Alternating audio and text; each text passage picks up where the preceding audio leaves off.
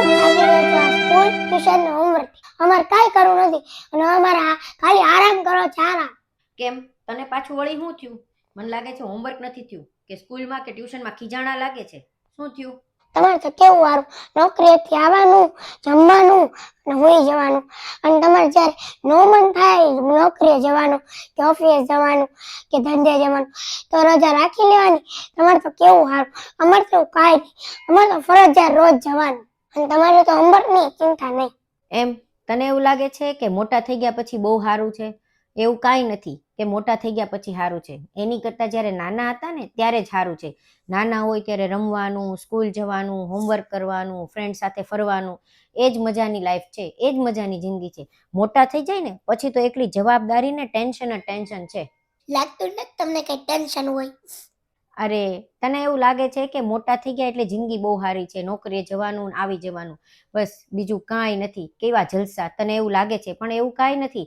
જ્યારે નોકરીએ જઈએ ત્યારે ઘરે શું થતું હશે એની ચિંતા હોય. નોકરીએથી આવીએ એટલે ચિંતા હોય કે મારે નોકરીનું કામ ક્યારે પતશે, ક્યારે મારો પગાર આવશે, ક્યારે પૈસા આવશે, તો હું ઘરનાને ક્યારે ખુશ રાખીશ, ક્યારે ઘરના માટે હું વસ્તુ લાવીશ, ક્યારે ફટાકડા લાવીશ, ક્યારે હોળીના કલર લાવીશ અને કેવી રીતના હું આખા ઘરનો ખર્ચો બધો પૂરો કરીશ એની ચિંતા હોય. તમારે એવી કોઈ ચિંતા નથી. એટલે નાના હોય ને એ જ જિંદગી સારી છે.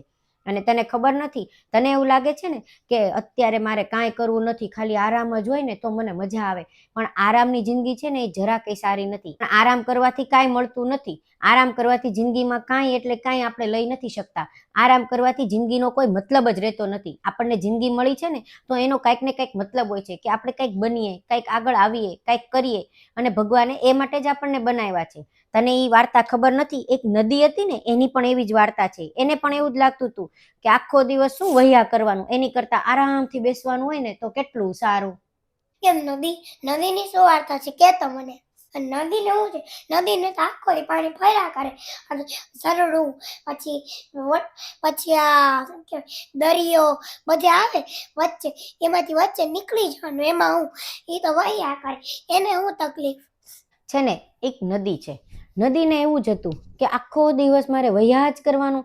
એની કરતાં મને પણ થોડુંક અહીંયા શાંતિથી બેસવા મળે ને તો સારું. આખો દી વહીને હું થાકી જાઉં છું. જેમ તું વિચારે છો ને કે હોમવર્ક કરીને સ્કૂલ એન્ડ ટ્યુશન જઈને હું થાકી જાઉં, એમ જ તે નદીનું એક પાણી હતું ને એ એવું વિચારતું હતું. હું કંટાળી ગયો છું કે આ વહ્યા કરવાનું, ચાલ્યા કરવાનું, આવી તો કઈ જિંદગી હોય? એની કરતાં હવે મારે આરામ કરવો છે. તો પછી છે ને નદીનું એ પાણી હતું ને, જે નાનકડું પાણી હતું, એણે એવું વિચાર્યું કે આ યાર આખો દી વહ્યા કરે, મારે હવે કાલથી વહવું નથી, મારે અહીંયા બેસી રહેવું છું, હું ખૂબ થાકી ગયો છું. એટલે એક છે ને ખાડો આવ્યો. ખાડામાં એ પાણી છે ને એ ભરાઈ ગયું અને ત્યાં જઈને બેસી ગયું. પછી એ આરામની જિંદગી જીવતું હતું. 1 દિવસ 2 દિવસ 3 દિવસ સુધી એને આરામ કર્યો. એને એમ લાગ્યું કે હાશ, કેટલી શાંતિ અને કેટલો આરામ છે. હવે તો માંડ છુટકારો મળ્યો કે આ વહ્યા કરવાનું, હવે મારે વહવું જ નથી. અહીંયા કેવી શાંતિ છે, જલસા છે. હું તો હવે આ ખાડામાં જ કાયમ રહીશ. હવે મારે આગળ જવું જ નથી. આવી તો કઈ જિંદગી હોય કે ચાલ્યા કરો? એની કરતા આરામ જ આરામ હોય ને એને જિંદગી કહેવાય. પછી પાણીનું શું થયું? એ પાણી તો મહિના સુધી ત્યાં ભરાઈ ગયું. એને તો હવે આગળ ચાલવું જ નહોતું, કારણ કે એને વિચારી લીધું હતું કે હવે મારે આગળ જવું જ નથી. 1 મહિનો થયો ને પછી એ પાણીમાં જીવડા થઈ ગયા. પૂરા થઈ જાય ને એમ પૂરા જીવડા, બેક્ટેરિયા થઈ ગયા અને એ પાણીમાં લીલ થઈ ગઈ. પાણીમાંથી 15 દિવસ કે 20 દિવસ થયા ને પાણીમાંથી લીલ થઈ અને પછી વાસ આવવા લાગી. આજુબાજુમાં કોઈ આવે ને એ પાણીથી બધા દૂર જતા હતા. કોઈ એ પાણીમાં હાથે ધોતું નહોતું, નતું એનું મોઢું ધોતું, નતો એ પીવા માટે વાપરતું, કારણ કે વાસવાળું, લીલવાળું ને જીવડાવાળું પાણી કોણ વાપરે? એટલે બધા એ પાણીને તરછોડી દીધું. અને બધા લોકો જ્યારે ફરવા આવતા ને નદી કિનારે તો એ શું કરતા, એ ખાડાનું પાણી હોય ને ત્યાંથી એ દૂર જઈને બેસતા. જ્યાં નદી વહતી હોય ને ત્યાં એ લોકો નાતા, મસ્તી કરતા, પાણી પીતા અને મજા કરતા. અને નાના બાળકો તો ખૂબ રમતા. તો એ નાનકડું જે પાણી હતું ને ખાબોચિયામાં ભરાઈ ગયું હતું. એણે એવું વિચાર્યું કે આ તો યાર ખોટું છે.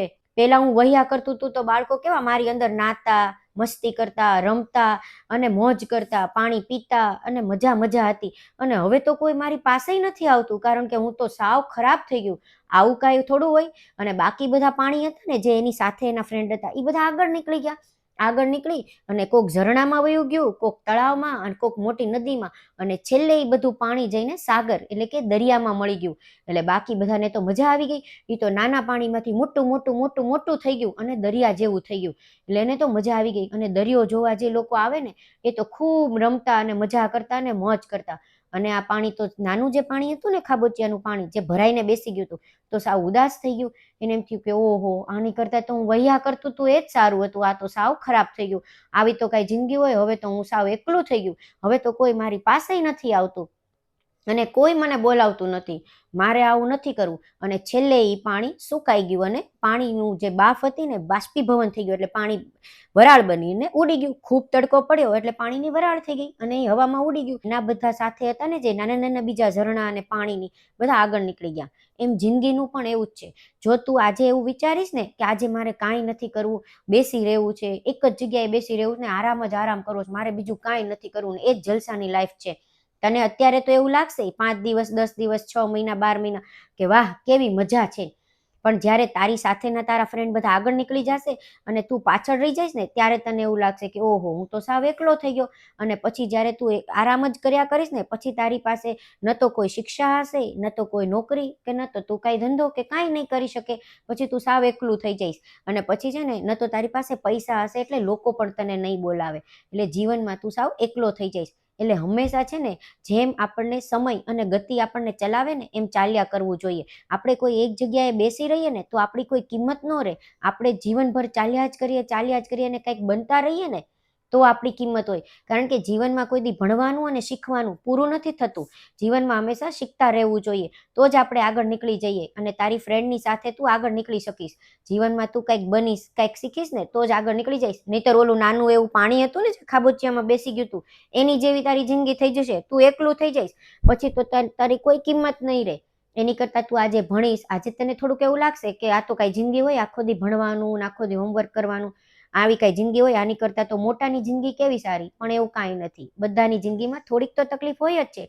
નાના હોય તો હોમવર્કની ચિંતા હોય અને મોટા હોઈએ તો પૈસા કમાવાની ચિંતા હોય. એ ચિંતા અને એ વાતથી દૂર નહીં ભાગવાનું, એનો સામનો કરવાનો. અને એ ચિંતા કરીને બેસી નહીં રહેવાનું, એનો સામનો કરી અને આગળ નીકળવાનું. તો જીવનમાં આપણી કિંમત વધે અને આપણે કંઈક બની શકીએ. અને જ્યારે આપણે કંઈક બનશું ને ત્યારે લોકો હંમેશા આપણને પૂછશે. હવે તને વાત સમજાઈ ગઈ ને આ નદીની વાર્તા પરથી કે જીવનમાં આપણે શું કરવાનું? બેસી નથી રહેવાનું, હંમેશા ચાલતું રહેવાનું અને કાંઈક ને કાંઈક નવું શીખતું રહેવાનું. કારણ કે જીવનમાં શીખવાનું ક્યારેય પૂરું નથી થતું અને જેટલું આપણે શીખીએ ને એમાંથી કાંઈક ને કાંઈક આપણને નવું ને નવું મળે જ છે. અને જો તમે ખાબોચિયામાં પાણીની જેમ જે પાણી પડ્યું રહેતું ખાબોચિયામાં એની જેમ તમે જો બેવાનું માંગતા હોય અને કદાચ તો બેસી ગયા હોય તો એવું ન કરતા અને નદીની જેમ વહ્યા કરજો અને આગળ વધતા રહેજો, તો જ તે તમારો જીવનનો અર્થ પૂરો થાય. મને બધું સમજાય ગયું. હવે હું તારા કામમાં પણ મદદ કરીશ અને મારું કામ તો હું મન લગાડીને પૂરું કરીશ. અને અમારો વિડીયો ગમ્યો હોય તો લાઈક કરજો, શેર કરજો, કમેન્ટ કરજો. બાય, મળીએ આવતા વિડીયોમાં.